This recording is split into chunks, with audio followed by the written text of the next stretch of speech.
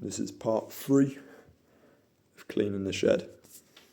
So, I mean, it's still day 2, but I'm doing it in 2 halves, or maybe even 3. So I've got 2 of the lights up at the moment. There'll be a video on the lights, but a longer video. So yeah.